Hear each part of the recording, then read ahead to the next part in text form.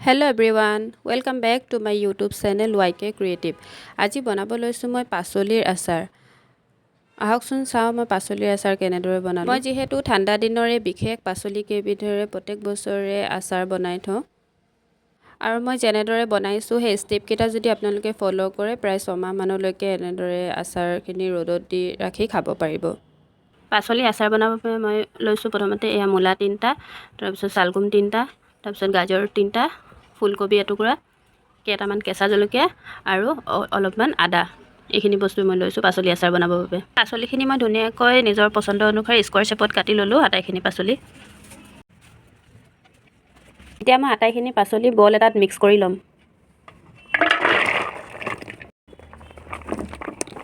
এতিয়া মিক্স কৰি লোৱা পাচলিখিনিৰ ওপৰত মই অলপ নিমখ দি পিনে গোটেই ৰাতিটোৰ বাবে ঢাকি ৰাখিম।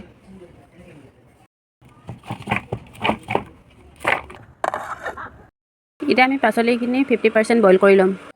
বইল হৈ যোৱা পাচলিখিনি আমি ফুটা খৰাহি এটাত টুকি ৰাখিম। এতিয়া আমি এইখিনি ৰ'দত ভালকৈ শুকুৱাই ল'ম। চাওক পাচলিখিনি এটা চোকা ৰ'দতে ইয়াত থকা পানীখিনি শুকাই গ'ল। এতিয়া আমি শুকান মছলাখিনি যোগাৰ কৰি লৈছোঁ। শুকান মছলাৰ বাবে প্ৰথমে লৈছোঁ এয়া পাঁচফোৰণ, তাৰপিছত লৈছোঁ ৰেড চিলি পাউডাৰ, ভিনেগাৰ, হালধি পাউডাৰ, কেঁচা নহৰু কেইটামান কাটি লৈছোঁ, শুকান ৰঙা জলকীয়া, কেঁচা জলকীয়া আৰু লাগিব মিঠাতেল। এতিয়া আমি মছলাখিনি অকণমান ভাজি লৈ মিক্সি গ্ৰাইণ্ডাৰত আধা ভঙা কৰি ল'ম। প্ৰথমে কেৰাহী এখন গৰম কৰি তাত মিঠাতেলখিনি দি দিছোঁ। তেলখিনি গৰম হোৱাত তাত নহৰুখিনি আৰু কেঁচা জলকীয়াখিনি দি দিলোঁ। তাৰপিছত হালধি 1 চামুচ দি তাত পাচলিখিনি দি দিলোঁ। এতিয়া পাচলিখিনি মিক্স কৰি তাত নিমখ অকণমান দি দিছোঁ, যিহেতু আমি নিমখ দিয়া আছিলে। লগতে ৰেড চিলি পাউডাৰ পেকেটটো আৰু পিচি ৰখা মছলাখিনি দি ভালকৈ মিক্স কৰি লৈছোঁ। 5 মিনিটমান ভজাৰ পিছত আমাৰ আচাৰখিনি ৰেডি হৈ গ'ল। এতিয়া ঠাণ্ডা হ'বৰ বাবে নমাই ৰাখিম।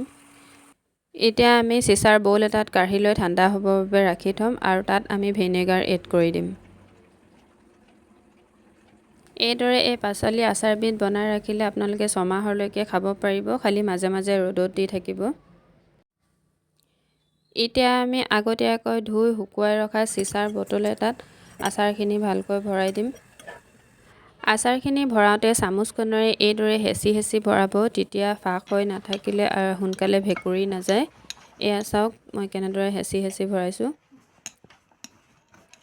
আৰু আচাৰ উলিয়াবলৈ সদায় শুকান চামুচ ব্যৱহাৰ কৰিব। পানী থকা চামুচ ব্যৱহাৰ কৰিলে আচাৰ সোনকালে ভেঁকুৰি যায়।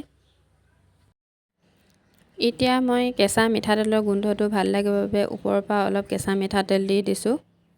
এয়া আমাৰ পাচলিৰ আচাৰ ৰেডি হৈ গ'ল। ভিডিঅ'টো চাই যদি ভাল পালে প্লিজ চেনেলটো লাইক, কমেণ্ট, শ্বেয়াৰ আৰু ছাবস্ক্ৰাইব কৰি দিব। Thank U.